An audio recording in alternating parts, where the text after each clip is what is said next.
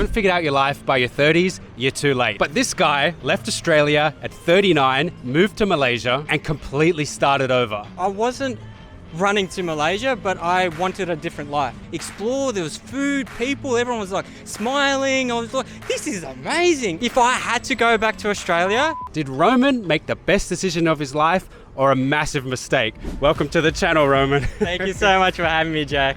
Oh, we're gonna have a great conversation. We're gonna be raw, authentic. You guys probably know Roman. He's one of the most real creators in Malaysia, and he's from Australia. So where are you from? I'm from Melbourne, but I was actually born in Russia. Grew up in Australia, Melbourne. Fantastic, Melbourne. So I'm from Sydney. I'm 31 years old. Roman's just turned 40. And how long have you been in Malaysia for? Oh, coming up to 9 months in April. I left my job about 9 months ago, so we've both gone through some big changes. Yeah, around the same time, transition. The first question I want to ask you is, why did you leave Australia? Is it because you wanted to get out of Australia specifically, or was there something about Malaysia pulling you here? What's the story? It's a really good question, and there's not like a one thing that led me to this. It was kind of like, the way I see it was just following the breadcrumbs. So there was one thing that happened that got me curious about Malaysia, and then after I got curious about Malaysia, I started looking at, and it was just like one thing led to another. Like, I wasn't running to Malaysia, but I wanted a different life.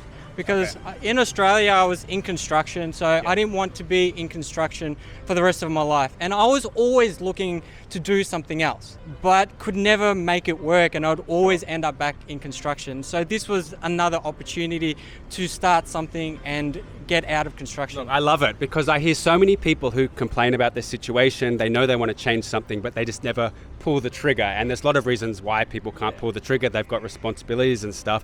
But in your situation, you were single, 39, you were just sick of doing the same shit, and you wanted to try something different. Do you remember what made you pick Malaysia over another more common country? It's an energy thing. So for me, every time I looked at something, I obviously looked at all the usual suspects, you know, but there was something about Malaysia that just said, yes, I have to be there.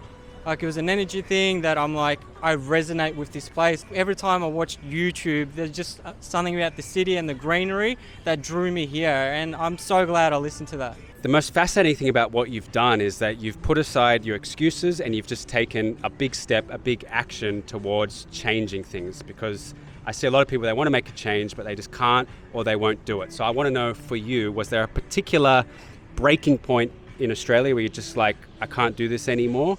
And then the follow-up question is, what scared you most about doing this? Was there a lot of things you had to unpack, or was it just an easy decision for you? No, it was definitely a difficult decision to make. Yep. And again, it was a slow bleed, because I was just kept looking at my life, and I was working very hard in Australia. I had a good job in construction, but again, I didn't want to do that for the rest of my life. The more I worked, but because we were paying so much taxes, I just felt like everything was going somewhere else, and I wasn't left with much. And how expensive it was, it just became a little bit scary of what my future would look like if I continued down this trajectory, because I couldn't continue working the way that I was working. I was only going to be slowing down, and I still didn't have any savings. And I kind of started to look, I'm like, I have to start to do something else and figure something out. I love what you said just then. Well, I don't love what you said. I mean, I don't love the scenario, but the point you made was very, very true. There's a saying where it's like, people look at the costs and the risk of making a change, but they don't look at the cost or the risks of what if things stay the same. And you've looked at that and gone, what if this just continues, because it looks like it's going to. It's just going to get worse. And then just to look at the Australia angle, people look at it as, many Malaysians might look at Australia and go, what a wonderful place. And it can be. It can be. Australia can be amazing. I still love Australia. I think there's a lot of good things about it. But Roman's story is what a lot of people are experiencing. You're working hard. You've still got a good job. A lot of it's getting taken in taxes, frankly. You're getting taxed on, you got GST, you got income tax, you got capital gains tax, tax, you got fuel excise, you got taxes on taxes. And it just feels like a bit of a ripoff.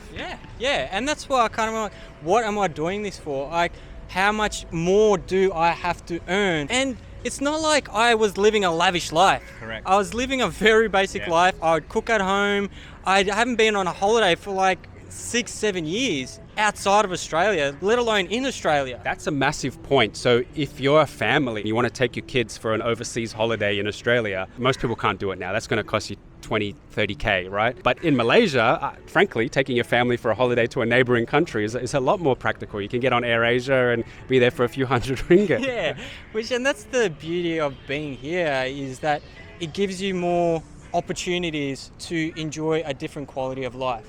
And for me, I didn't come here to expect to be a millionaire and live this lavish life. Like, I continue to live a pretty basic life. I still cook at home. Yeah. If I go out, I go to eat at mama. You know, I eat a local food. I enjoy local food. Like, I don't think I've been to a fancy restaurant unless I've been taken there by someone. Because I don't have the funds, I don't have the ability to.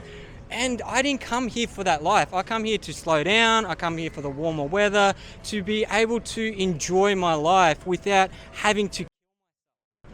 And there's a possibility of doing that here. Yeah. And someone who's middle-aged, or what, I don't know what we'd call ourselves, I feel like I'm getting older as well.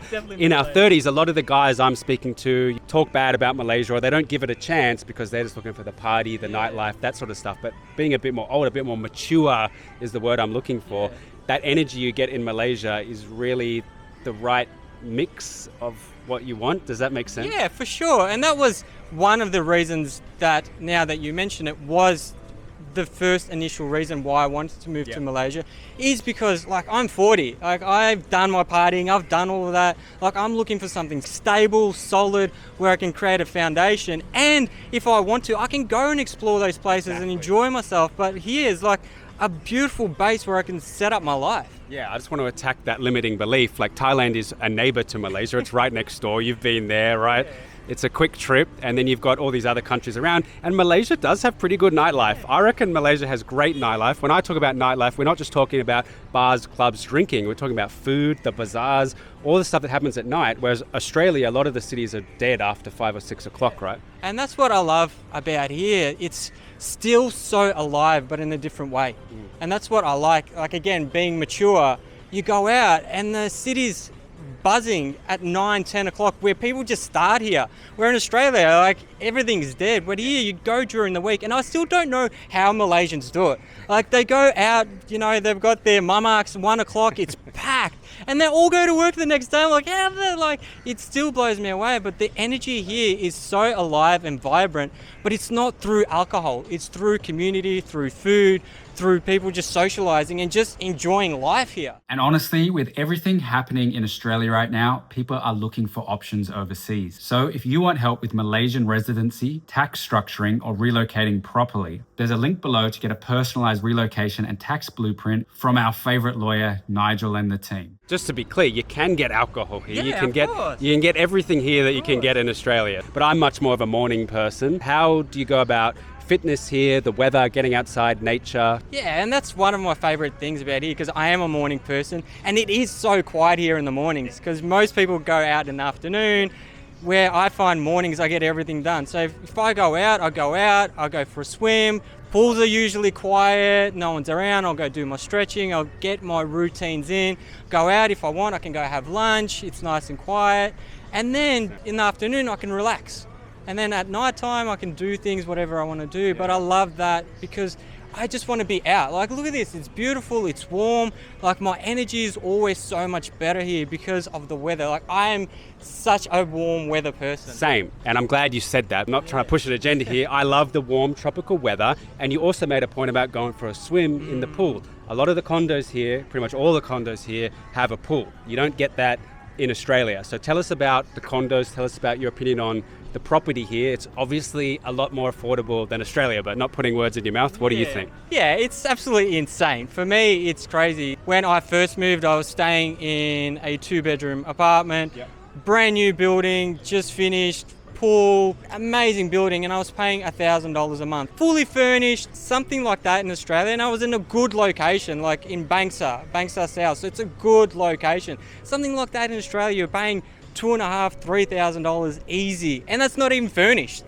Like, this is fully furnished. I much prefer the fully furnished culture here. You don't have to carry all your stuff around. To me, it's just better. So I think Australia could learn a lot of things about how other countries do it. Not saying there's a right or wrong or a perfect way, but I do think property here is a lot more accessible, easy. You get better value for money. There's more options.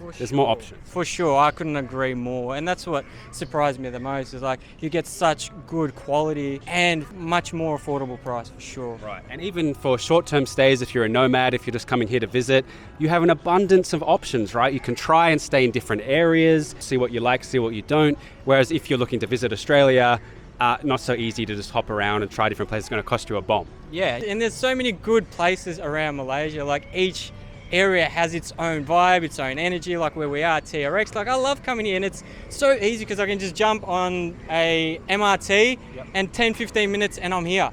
And I can walk around and enjoy the city here. That's a hot topic at the moment. Petrol prices, fuel, traffic. A common feedback I get from Kuala Lumpurians is the traffic. I take the MRT. I optimize around the public transport. I think it's great connectivity. So what do you think, honestly, about the public transport in Kuala Lumpur?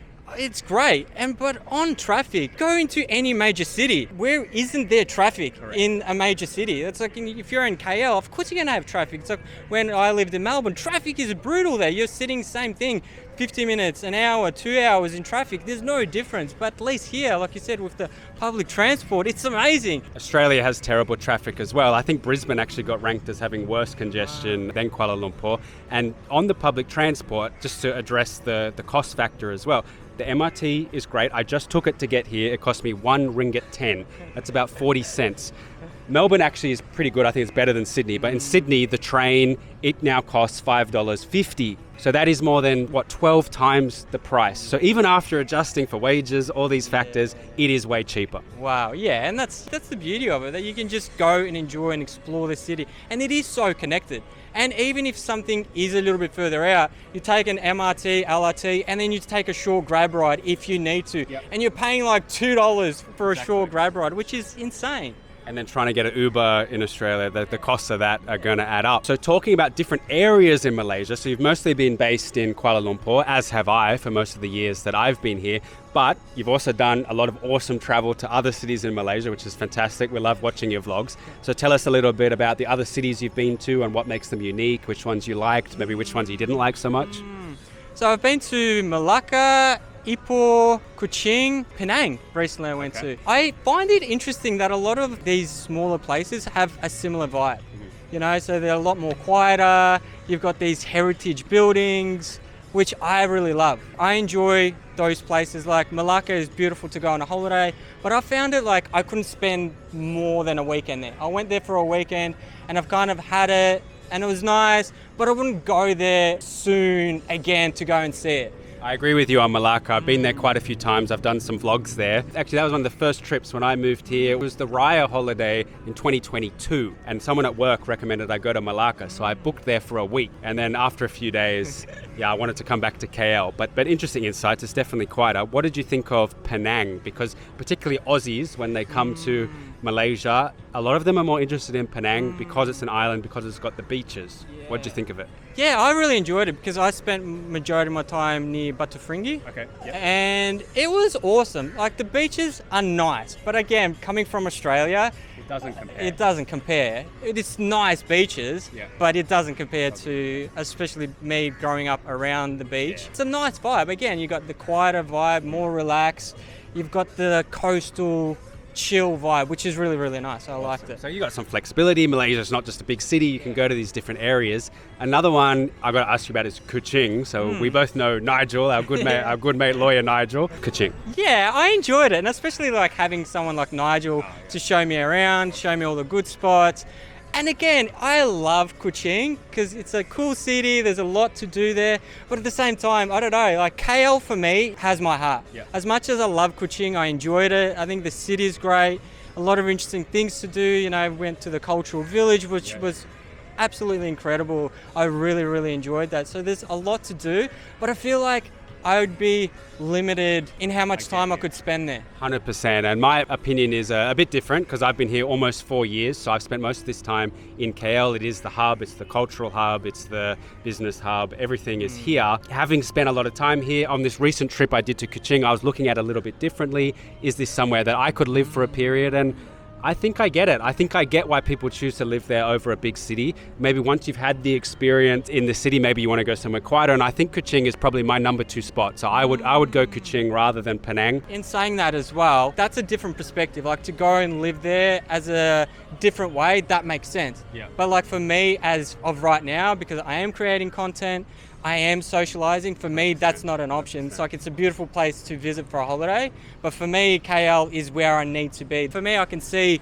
why people would want to move there and stay there for long term. And that's a really great point, and something I just want to talk about a little bit. We're sharing our experience, guys. It's your life. You have to make the decision for you and what you want. It's not an absolute statement that Malaysia is absolutely better. We're not saying Australia is bad. We're not saying you must live this particular lifestyle.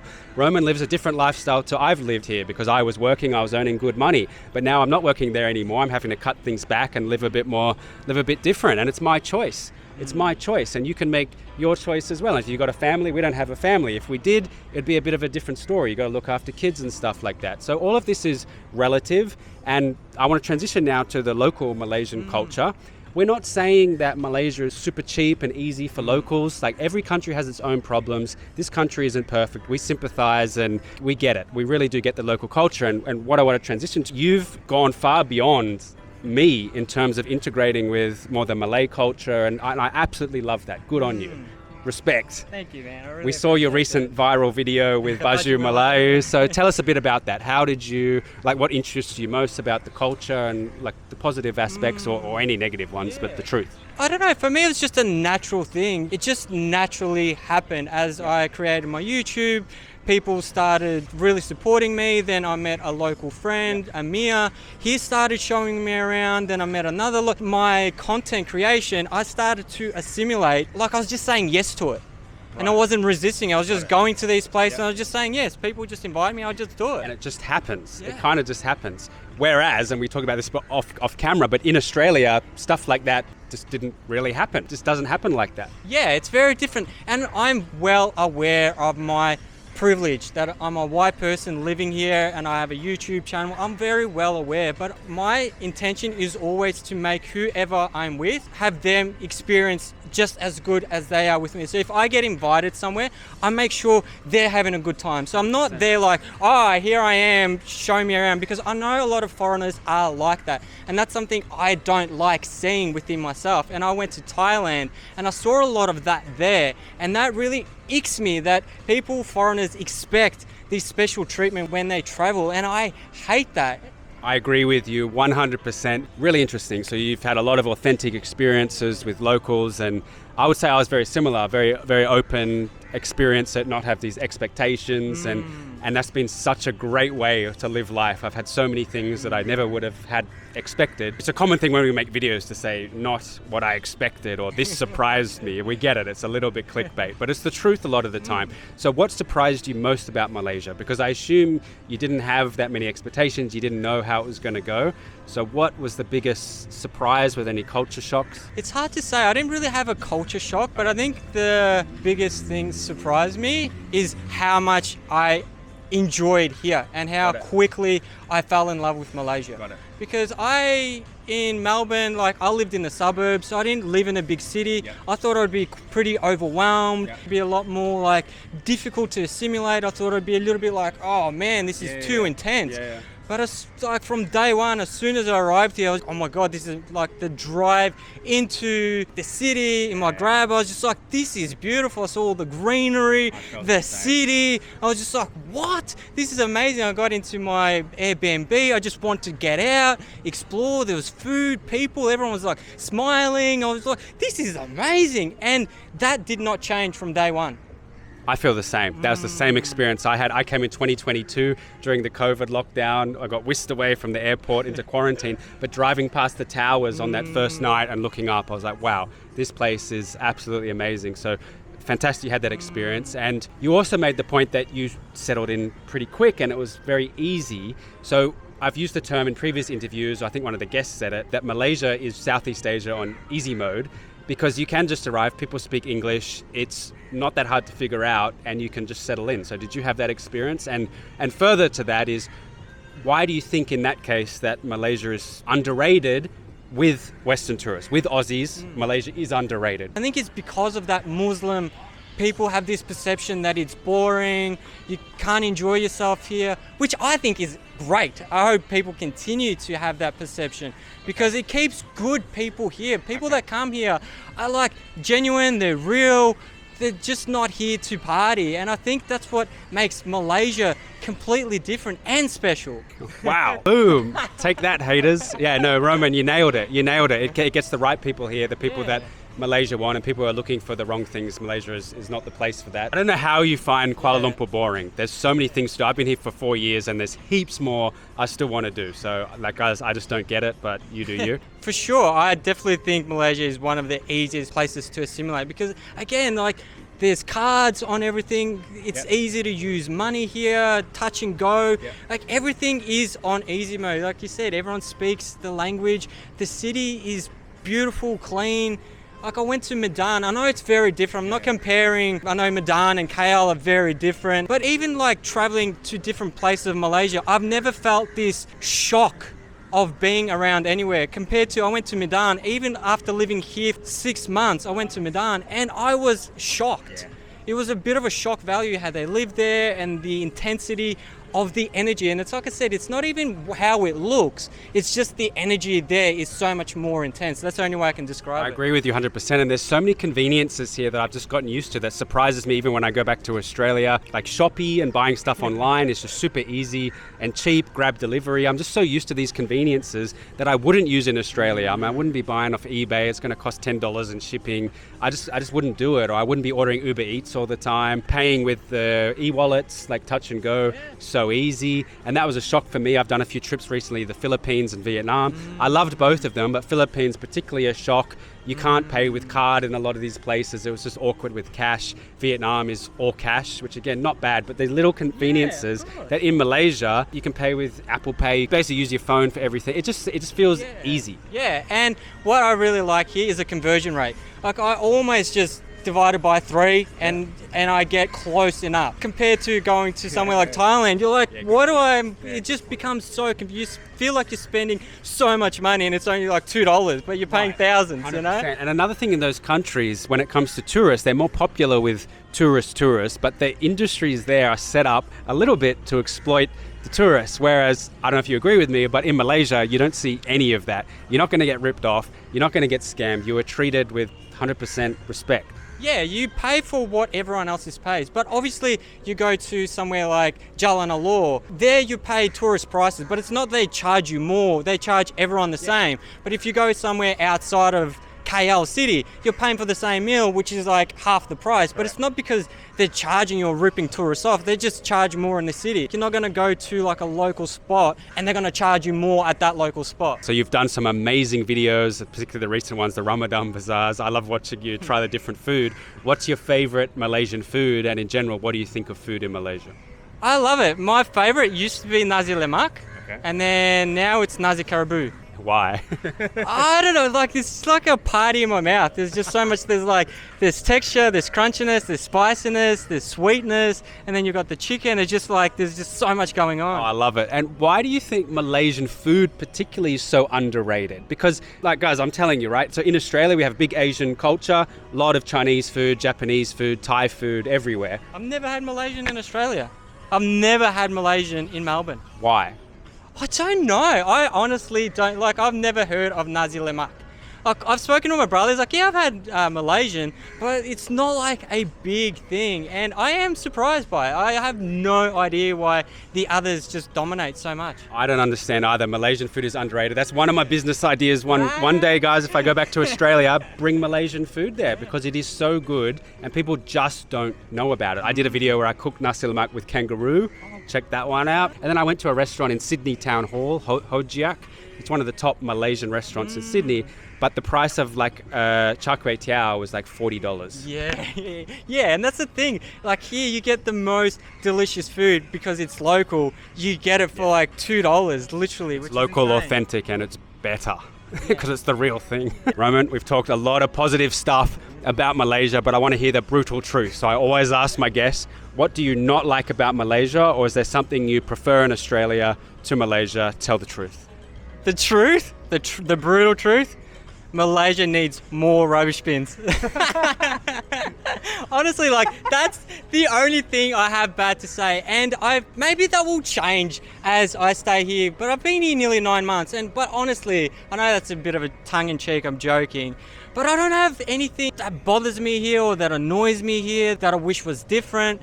Like I said, maybe that will change, but for the time being, I don't have anything around that. I pretty much agree with you. There's just not many downsides, and if there was, we'd say it like it is. A lot of the locals, they will say traffic, they will say the costs are going up, which is a little bit true, but the traffic, as we talked about, is easily avoidable with public transport. So I appreciate that honest answer. Is there anything here that is different to what you expected, or something you took for granted in Australia that isn't in Malaysia? I'm just trying to think.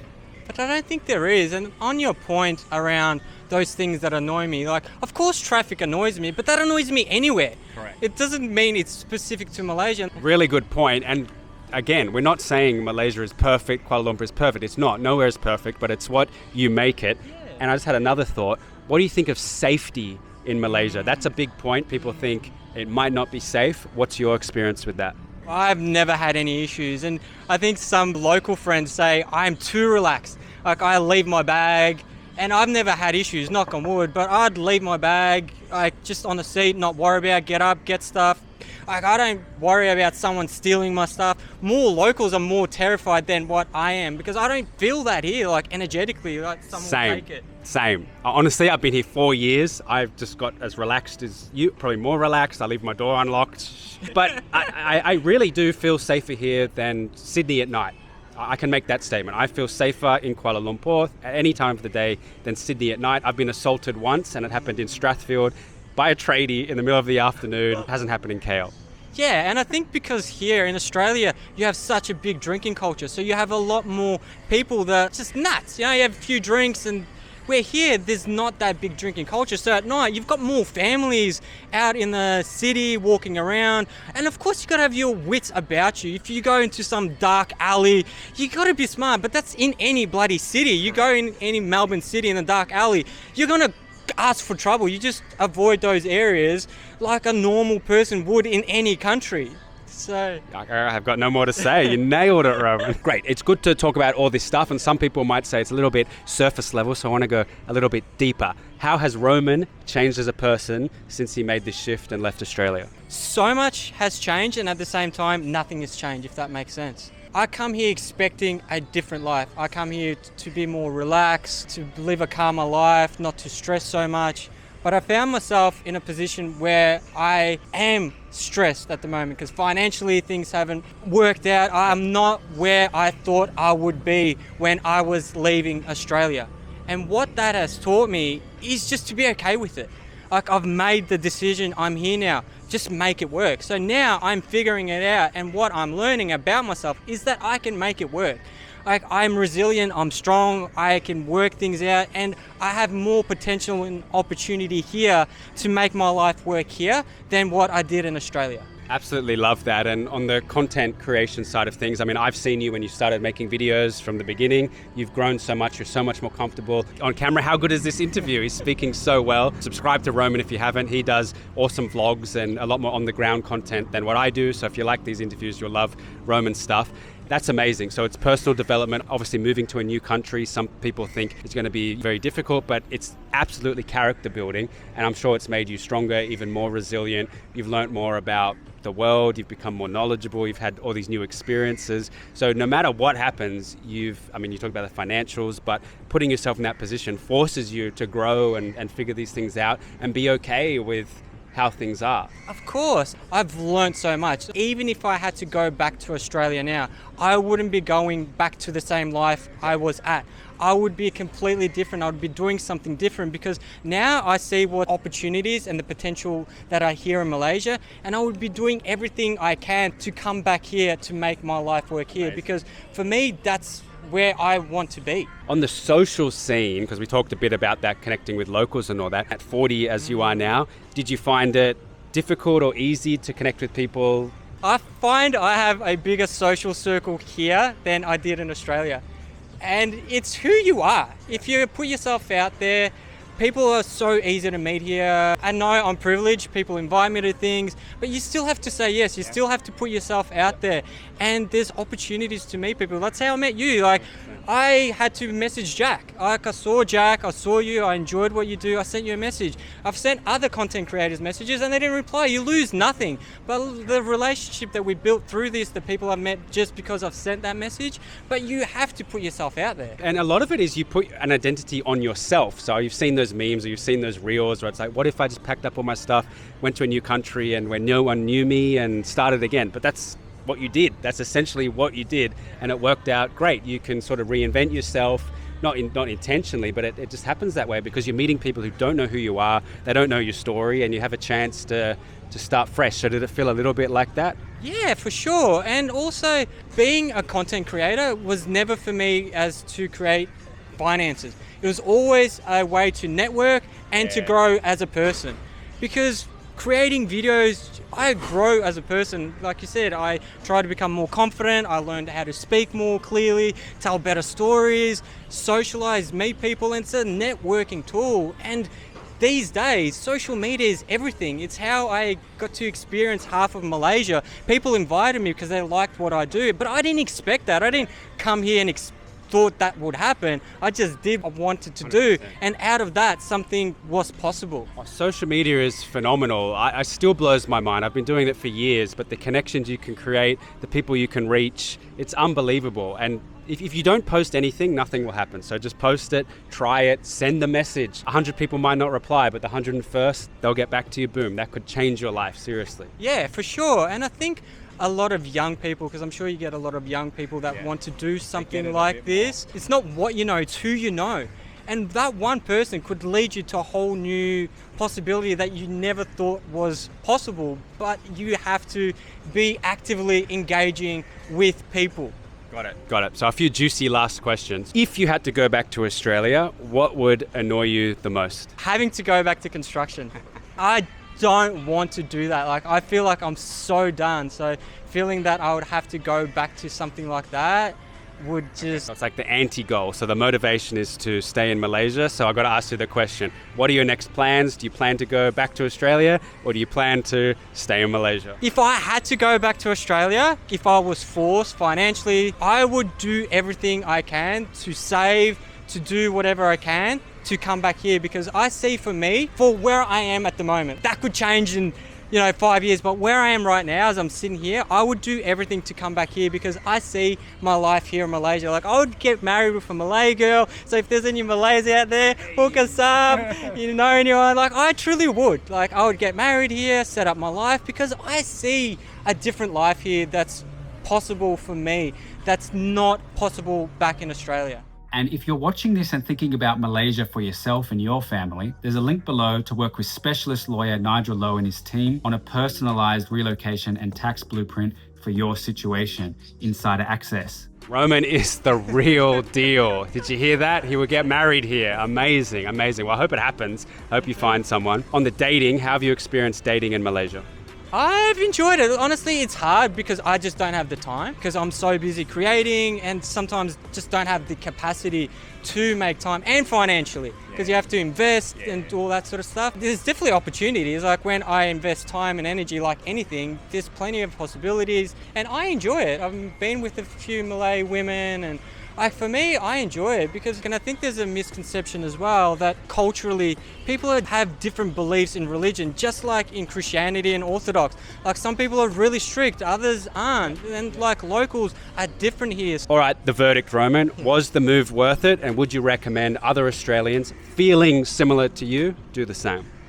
Yeah, for sure. I definitely recommend people that, like you said, similar to me. I think it's an amazing place. Someone that's a little bit more introverted, someone that wants a calmer lifestyle, someone that can raise a family here. I think it's amazing. Culturally, it's easy here to integrate because, like I said, people speak English here. People are so friendly, so helpful. Like, people go out of their way to help and assist. And that's what I found the other thing here. People just want the best for you here.